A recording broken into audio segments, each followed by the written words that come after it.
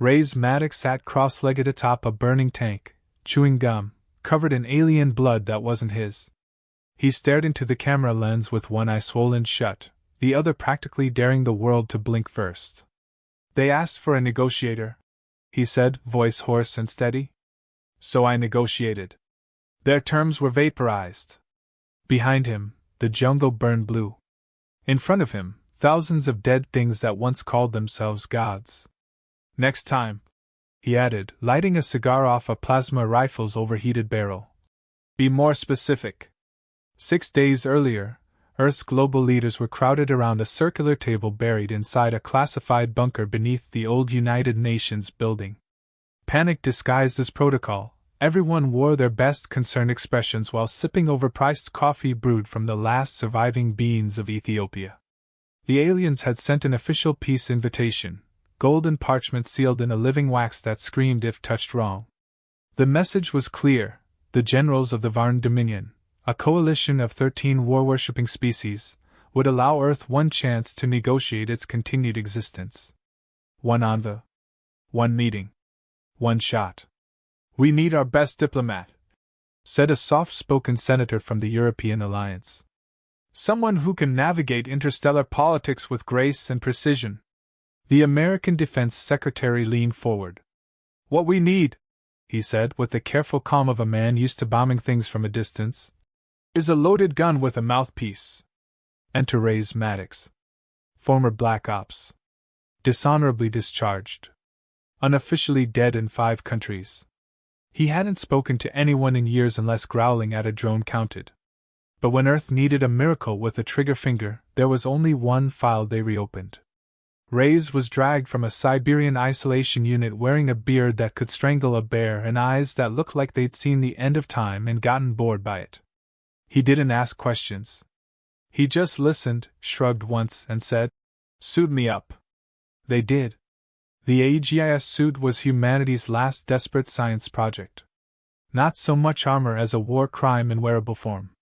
Nano-adaptive plating, internal AI, linguistics protocols, weapons integrated into muscle memory. And a shiny chrome tie to look diplomatic. As the suit locked around his body, its AI initiated for the first time. A cheery voice chimed in. "Welcome, Negotiator. I'm Peacemaker Prime, your tactical assistant and friendly mediator. Ready to talk some feelings?" Reyes grunted. The AI continued. "Noted user prefers nonverbal conflict resolution." Switching tone to passive-aggressive. Within an hour, Reyes stood alone inside the launch chamber. He was briefed exactly once. Say nothing unnecessary, show no fear, and if it all goes south, detonate the self-destruct and take them with you. Earth was counting on him. Or rather, Earth was counting on him not to come back. He didn't care. The ship they gave him looked like a coffin with engines. Fitting. As he ascended through Earth's atmosphere, Reyes stared at the shrinking blue planet below. No goodbyes. No regrets. Only the low hum of the AI playing classical music ironically over the ship's comms. 3 days later, he arrived at the designated coordinates, a floating cathedral of bone and metal orbiting a dying red star. The Parliament of the Void. A structure as old as war itself, where trillions had died for the illusion of diplomacy. The alien generals awaited him. The docking bay opened with a hiss, revealing a welcoming committee of 7-legged creatures in golden robes and teeth for hands. Reyes stepped out, cracked his neck, and nodded once. "Negotiator Reyes of Earth," one hissed. "We hope your tongue is sharper than your weapons." "My tongue's fine," he said. "But my patience? That's still loading." The aliens didn't laugh. But one, taller than the rest, stared at him long and hard.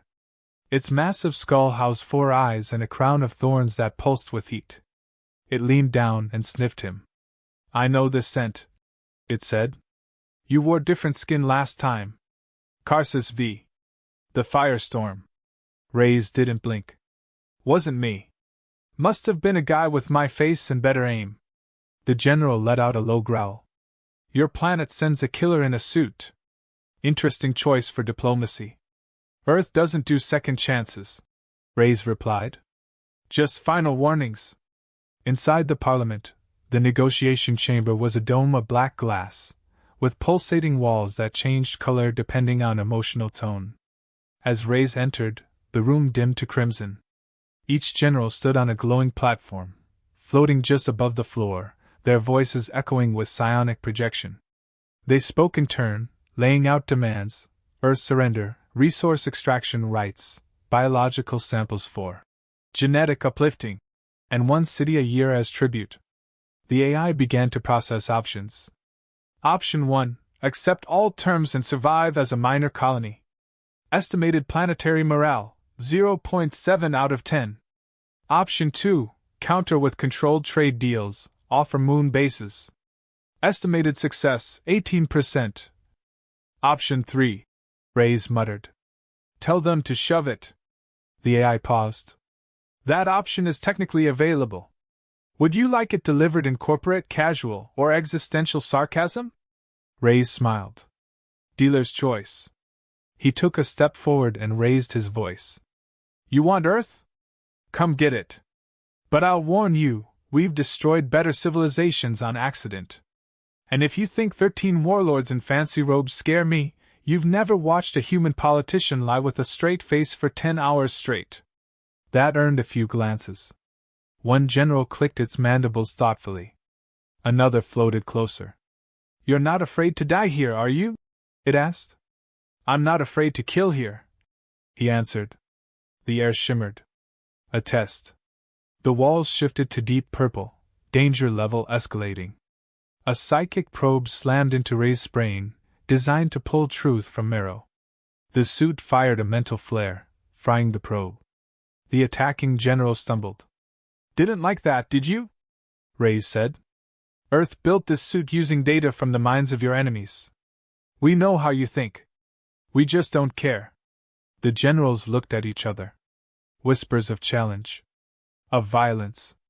The negotiation had begun. But as the room rumbled, a hidden door opened, and a small, squishy, octopus-like being floated in. It wore spectacles and carried a scroll. Greep, the court scribe, and secret rebel sympathizer. He looked up at Rays and whispered in universal common. Good opening.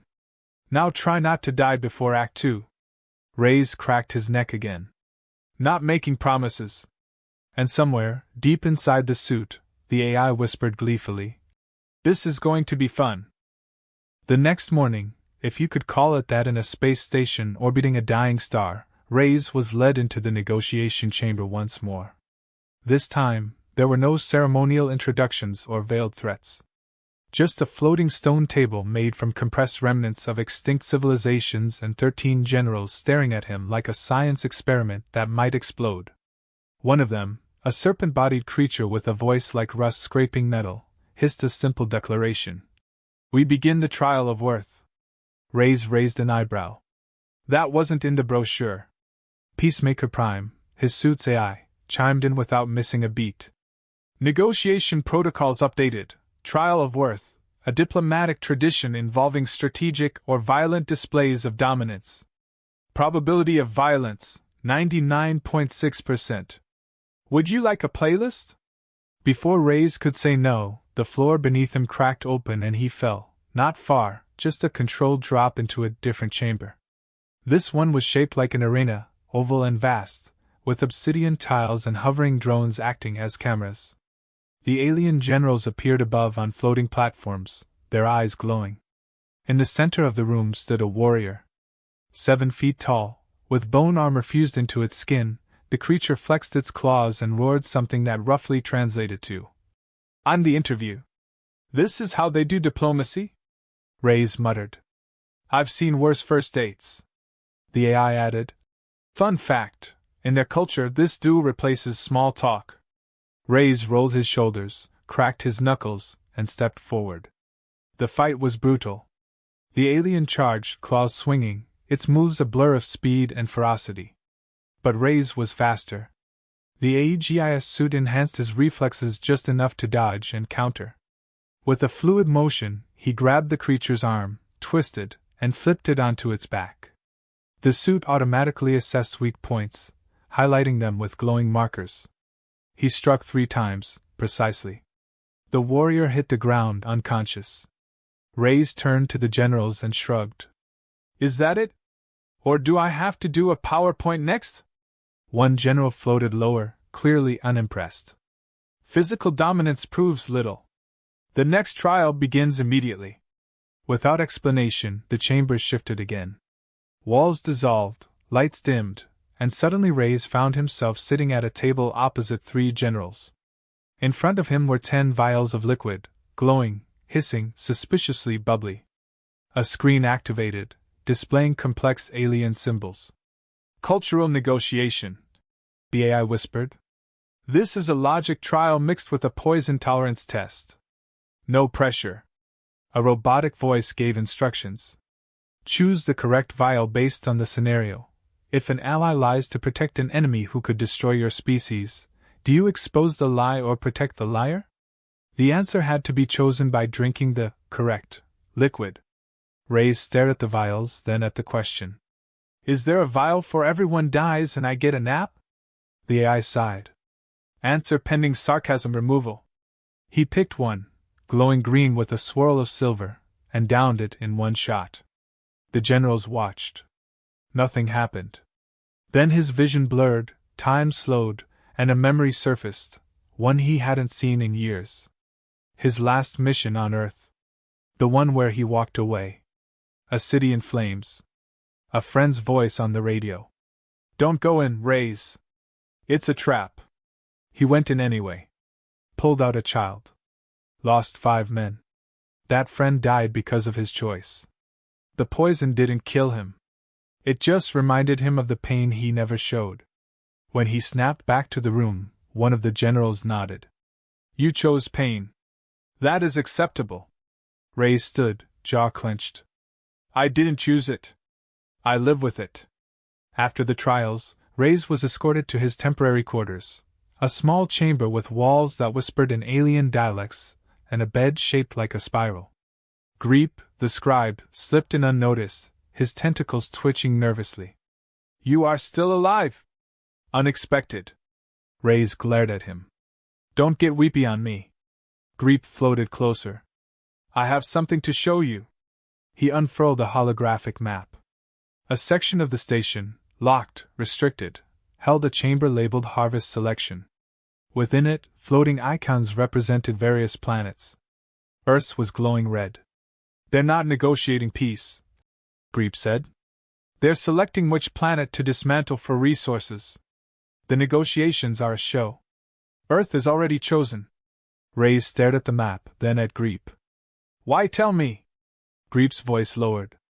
Because I hate them. I once believed in peace. Now I watch civilizations burn while they toast with stolen wine. You might be a killer, but you're honest about it. That's rare. Reyes looked at the map again. The general who had challenged him earlier, the one from Karsus V, was listed as the primary advocate for Earth's destruction. He remembers me. That's bad, Greep added. Unless you give him a better target. The implication hung in the air. Reyes didn't answer. Back on Earth, thousands of miles underground, Earth's leaders were watching everything via a secure link. The Prime Chancellor turned to his advisors. So far, he's doing better than expected. The Defense Secretary laughed. He's still breathing. That's a win. One aide leaned in. We could extract him now. Bring him home. The Chancellor shook his head. No. He's a distraction. While the aliens play games with him, we finish building the weapon. Across the room, a terminal displayed a countdown. Project Last Dawn. 17 days until deployment. In orbit, Reyes sat in silence, staring at the ceiling. Peacemaker Prime broke the quiet. You did well today. For someone who hates talking. Reyes smirked. Words are fine. I just prefer when they come after action. The AI paused. You're not what I expected.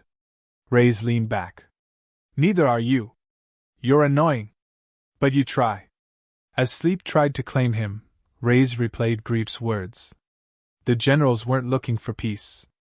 They were picking Earth's bones clean while pretending to talk.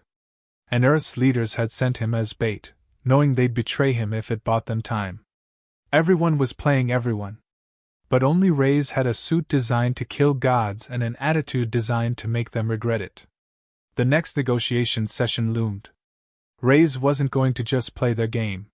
He was going to flip the table, light it on fire, and make sure everyone choked on the smoke. The killer in a suit was done talking. Now it was time to be heard. The alarm blared like a wounded beast, echoing through the metallic veins of the Parliament of the Void. Red lights stuttered across every corridor, casting chaotic shadows. Somewhere deep in the negotiation complex, a corpse lay smoldering. One of the 13 alien generals was dead. Incinerated. Slashed. Imploded. No one could agree on the exact method, which was part of the problem. What they could agree on was this: Reyes Maddox had been the last person seen near the chamber, and that made him guilty by convenience. He didn't wait for the knock. When the door to his quarters slid open with that silent threat, he was already gone, crawling through the maintenance ducts like a cockroach with a vendetta.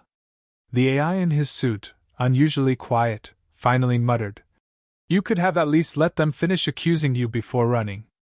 Reyes kept crawling. "I don't negotiate with lynch mobs." Behind him, search drones zipped through the halls, scanning every heat signature. In the eyes of the generals, the trial was over. The human had failed. And now, instead of being a peace offering, he was going to be the first sacrifice. Meanwhile, in a hidden chamber dimly lit by plasma vines, Greep waited. The scribe twitched his tentacles nervously, watching monitors display rising levels of alertness. "This was not part of my hopeful rebellion," he muttered.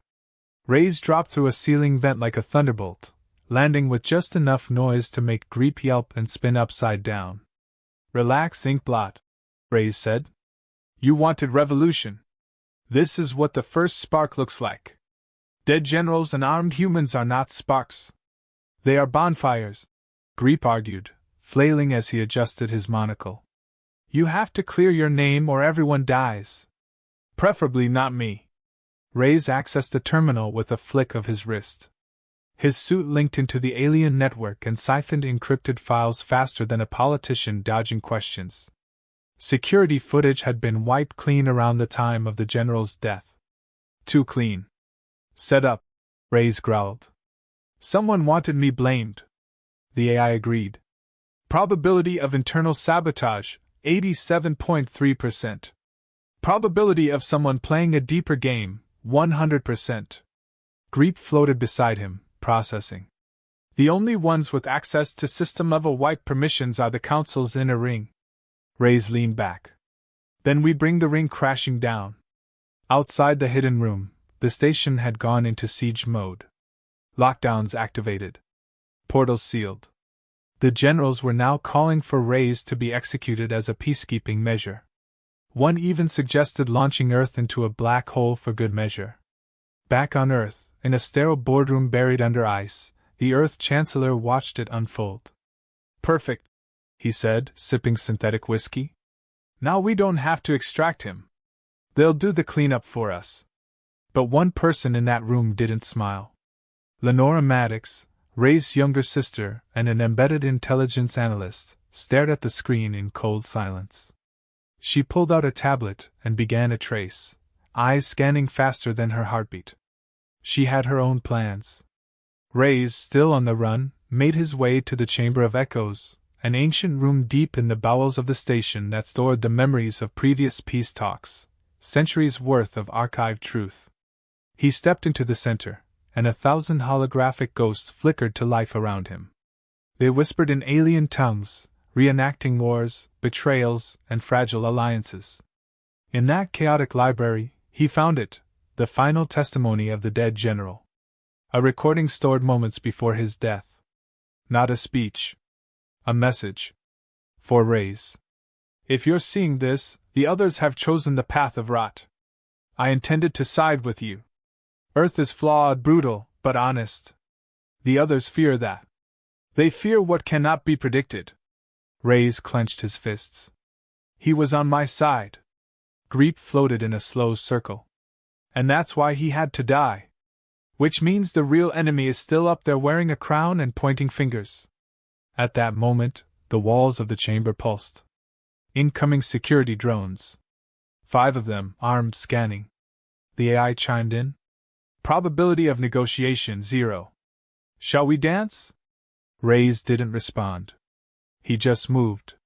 The first drone dropped in a shower of sparks before the others could react. The fight was fast, messy, and beautiful in the way only chaos can be. As the last drone exploded into a wall, Greep squealed. You do realize killing law enforcement doesn't help your case, right? Reyes wiped ash from his visor.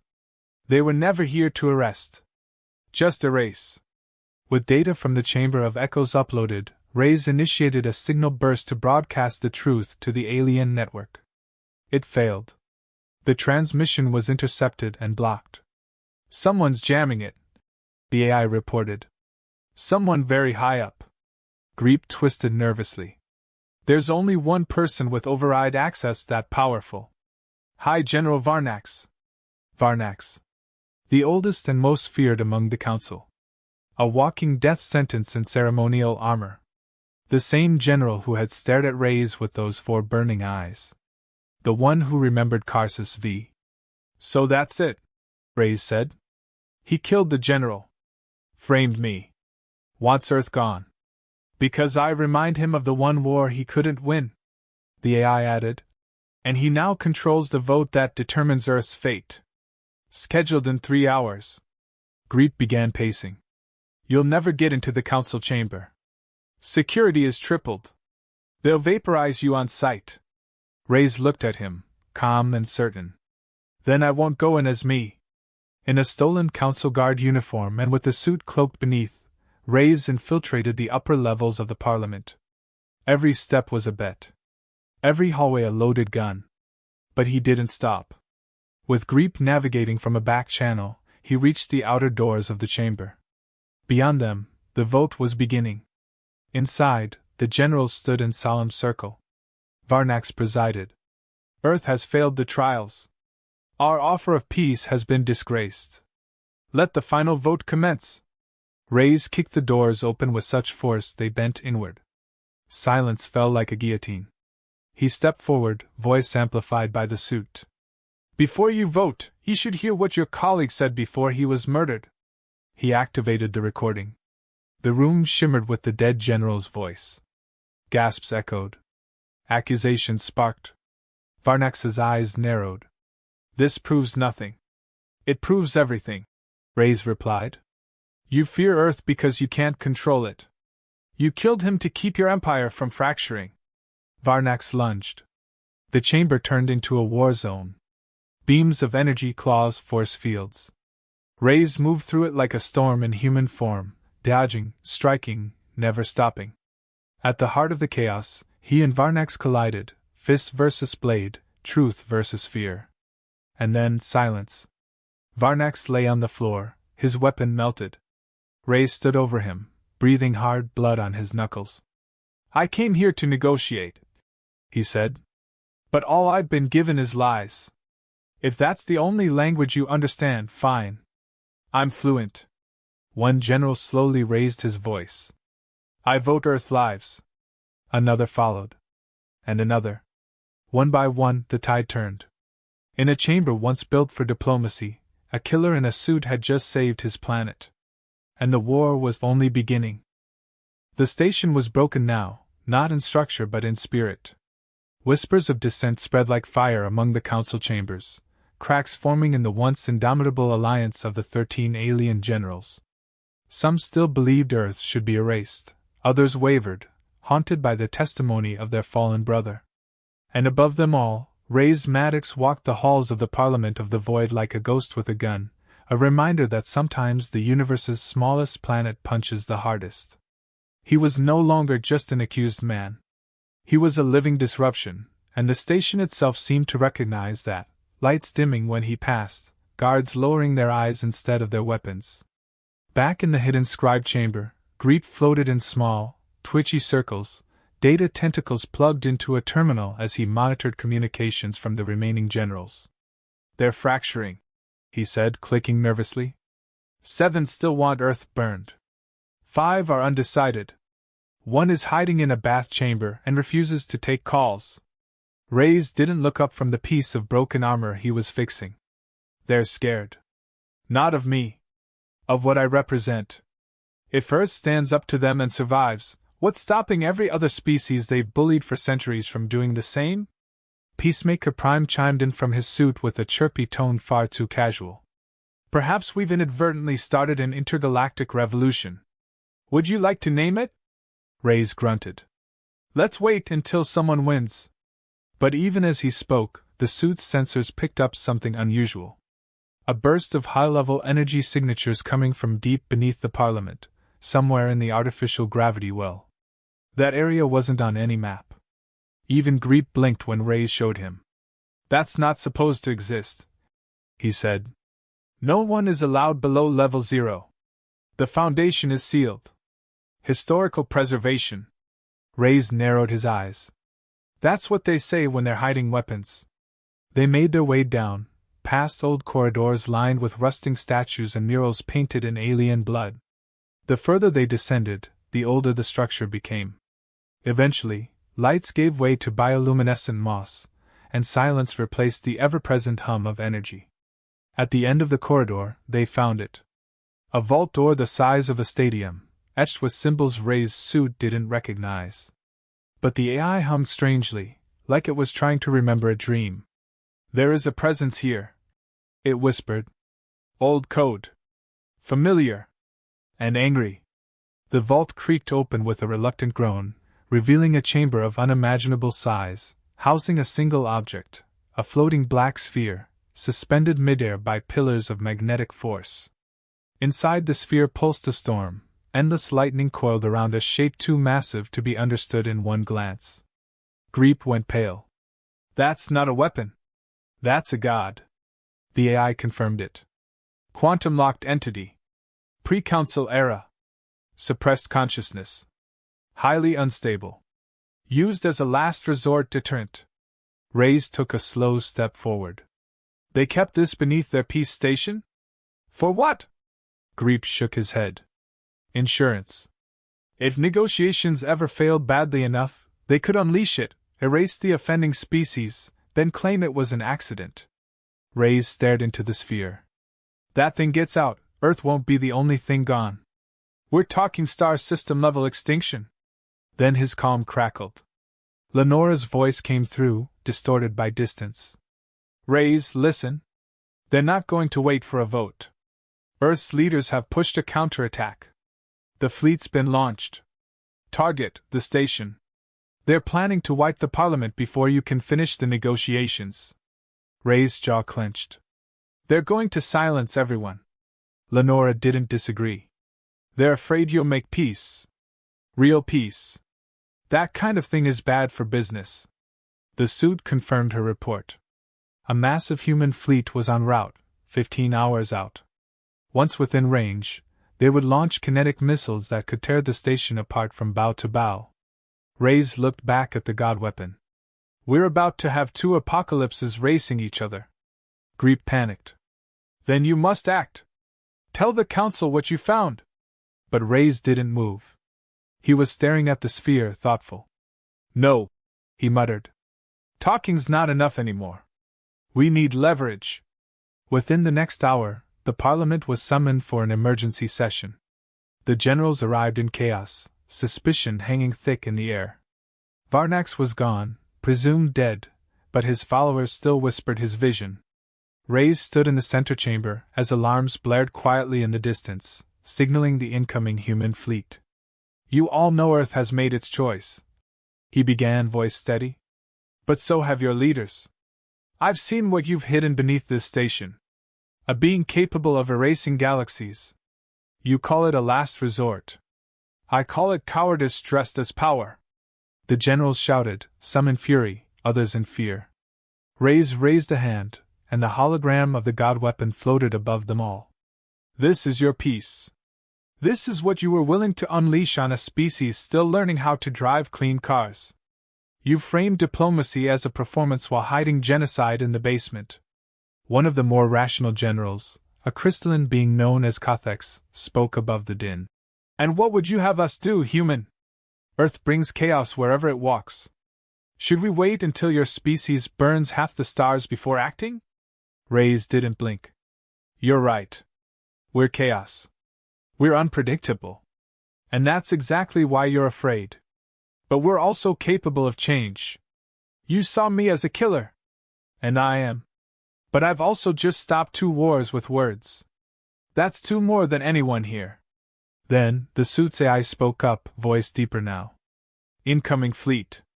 Earth's forces entering attack range. First impact in 42 minutes. A murmur swept the chamber. Reyes looked up at the ceiling, then back to the council. "You wanted proof we weren't worth saving. Your own leaders just gave it to you." He walked forward slowly, activating a command code only the AI could have known. The god weapon sphere flickered. The storm inside shifted. The entire chamber began to vibrate. "I can release it," Reyes said. "I can let it out. You think you're ready for that? You think any of you survive what's inside this sphere?" Greep whispered in horror. "You're bluffing." Reyes didn't answer. One by one, the generals began to reconsider. Not out of pity. Not even out of respect. But because the human in the suit had suddenly become the most dangerous being in the galaxy, and they couldn't afford to find out whether he was bluffing or not. Kothex raised his hand. "Motion to grant Earth neutral status. Immediate ceasefire.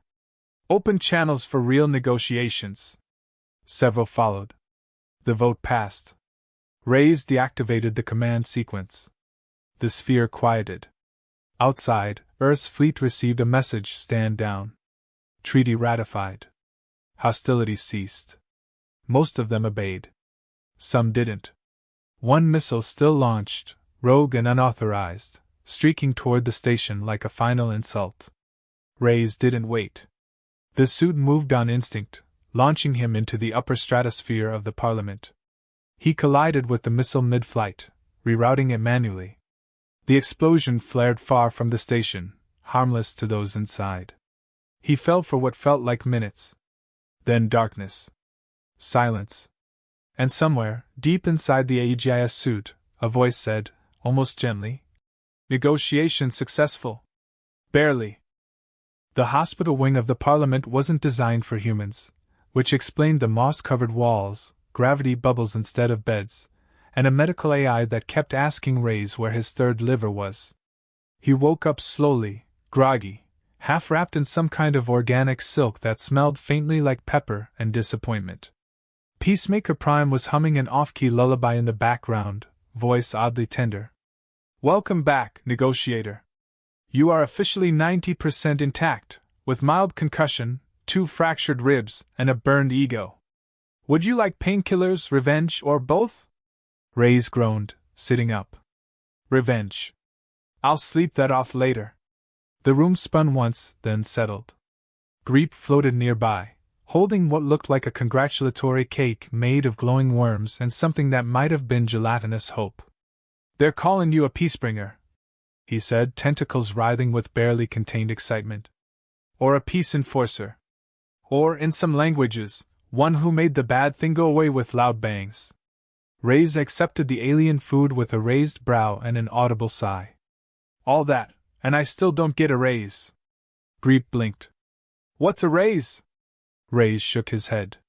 "Forget it." The Parliament had changed. Not completely, not instantly, but something fundamental had shifted.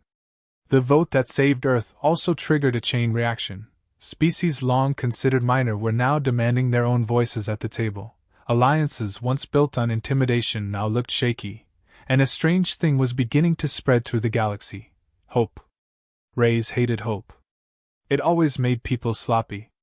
Earth's leaders weren't thrilled about the outcome. They'd expected him to fail or die, maybe both, and had already spun up their own narrative for when the Parliament was wiped out. When the peace treaty was broadcast live across 100 systems, the propaganda engine choked. The Prime Chancellor went on air to celebrate Reyes' heroism while privately scrambling to bury Project Last Dawn. Lenora didn't let them. She leaked the whole thing. Every plan, every missile, every betrayal. The world saw it all. For the first time in decades, the people of Earth weren't just mad at aliens. They were mad at their own. Protests began. Investigations followed. Governments tried to pivot, but the damage was done. Reyes became something he never wanted to be, a symbol. The man who talked the galaxy off a ledge by being too dangerous to ignore. 2 weeks later, he stood on a platform in the Grand Chamber, surrounded by diplomats, warriors, and creatures that couldn't be categorized without inventing new adjectives. Kathex, now the Provisional High Coordinator, addressed the assembly. Let it be known that Earth's status is no longer that of an outsider, but of a sovereign member of the Galactic Accord. Their representative has displayed both might and reason. Therefore, Maddox shall act as Earth's first ambassador under our new framework. Reyes muttered under his breath. Ambassador? Seriously? Peacemaker Prime replied with a cheerful ding. Congratulations, Ambassador Maddox. Would you like your ceremonial dagger polished or poisoned? The applause that followed was alien in tone and texture, clicks, pulses, even harmonic telepathic echoes, but it was real. Reyes endured it like a man being applauded for defusing a bomb with a rock. Afterward, he returned to his quarters, now upgraded and fitted to human standards, complete with actual furniture, filtered air, and a coffee machine that only malfunctioned during critical moments. Greep had taken up unofficial residency, working as Reyes' advisor, assistant, and chaos translator. Their first diplomatic meeting was with a mining syndicate from the Tyrol Belt who believed Earth owed them for centuries of unpaid gravitational tax. Reyes showed up, sat down, listened to 2 minutes of shouting, and then politely asked, "How about we waive the debt, and in return, I don't let my AI leak your financial crimes to the public?" The deal was signed in record time. Peacemaker Prime added a new tag to Reyes' suit, negotiation rating, savage efficiency. But peace, even when earned, wasn't without problems. There were those who believed the Parliament had grown weak. A rogue group of war faction generals, stripped of power, began organizing outside the Council's reach. They called themselves the Pure Flame, promising a return to galactic dominance through strength. They hated Earth. They hated Reyes more. Assassins came, one at a time. Then in pairs. Then an entire death cult disguised as a diplomatic tour group. Reyes handled them all, though the suit's AI did suggest installing a revolving door in his quarters to speed things up. Some days were calm. Others weren't. There was a time he mediated a trade dispute between two species that communicated entirely through scent. Another time, he accidentally signed a treaty that married him to a sentient gas cloud. He got out of it only by arguing that Earth's divorce laws involved mandatory skydiving into volcanoes. The gas cloud appreciated the drama and agreed to annulment. Through it all, Reyes remained the same, sharp, tired, and not interested in speeches. Lenora visited once, stepping into the Parliament with all the grace of a human who knew too much and trusted too little. They talked briefly. She told him Earth was changing. He told her to make sure it didn't change back. They didn't hug. They didn't need to. On the edge of the galaxy, far from the Parliament, the God weapon remained sealed. The only access codes belonged to Reyes. Every week, the AI asked if he wanted to delete them. Every week he said no. Some things were better left remembered. Some threats were better kept close, just in case peace forgot why it was forged. One night, Reyes sat on the observation deck, looking out at the stars. Greep floated beside him, silent for once. The station was quiet, the way it only got during the slow hours between political schemes and attempted assassinations. "You don't smile much," Greep said. "Even now," Reyes replied without looking away from the stars. "Smiling's for people who believe this lasts forever. I don't. I believe it lasts long enough to matter." Peacemaker Prime, almost hesitant, spoke softly. "You've changed, Reyes." He didn't answer right away. Then, with a weary exhale, he said, "I haven't changed. I just finally did the thing I didn't think I could do." The AI paused. "Negotiate?" Reyes shook his head. "Survive without hating everyone in the room." Moments passed in silence. Then the AI chimed again. New designation logged. Ambassador. Veteran. War survivor. Peace instigator. Pending final entry, legend. Ray smirked. Don't push it. Far below the Parliament, in the place where no one was supposed to go, the sphere that housed the god weapon pulsed once, faintly.